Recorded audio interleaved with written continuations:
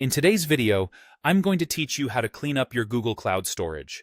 Whether your goal is to free up space, delete outdated files, or remove entire buckets. We'll walk through a comprehensive guide, exploring recommended best practices and tools. To get started, let's focus on one of the most user-friendly methods, deleting objects or buckets through either the Cloud Console or the G-Cloud command line tool. First up, deleting specific objects through the Cloud Console. This method is especially useful if you prefer a more visual approach to manage your cloud storage. Begin by navigating to the Cloud Storage section of your Google Cloud Platform interface. Once there, make sure you're on the Overview page, which will provide you with a clear view of your buckets list. The buckets list is essentially a directory of all the storage sections you've created to organize your files.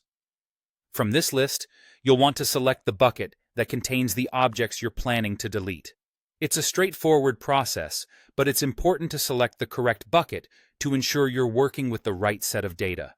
Once you've chosen your bucket, direct your attention to the Objects tab. Here, you'll see all the individual files and folders contained within this specific bucket. Now, simply click on the files or folders that you wish to remove. One of the great things about using the console is that it allows you to select multiple objects and folders at the same time, so you don't have to delete them one by one if they're related or equally unnecessary.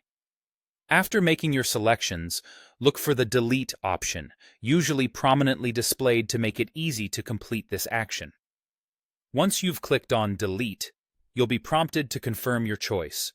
This confirmation step is crucial as it acts as a safety net, preventing accidental loss of important data.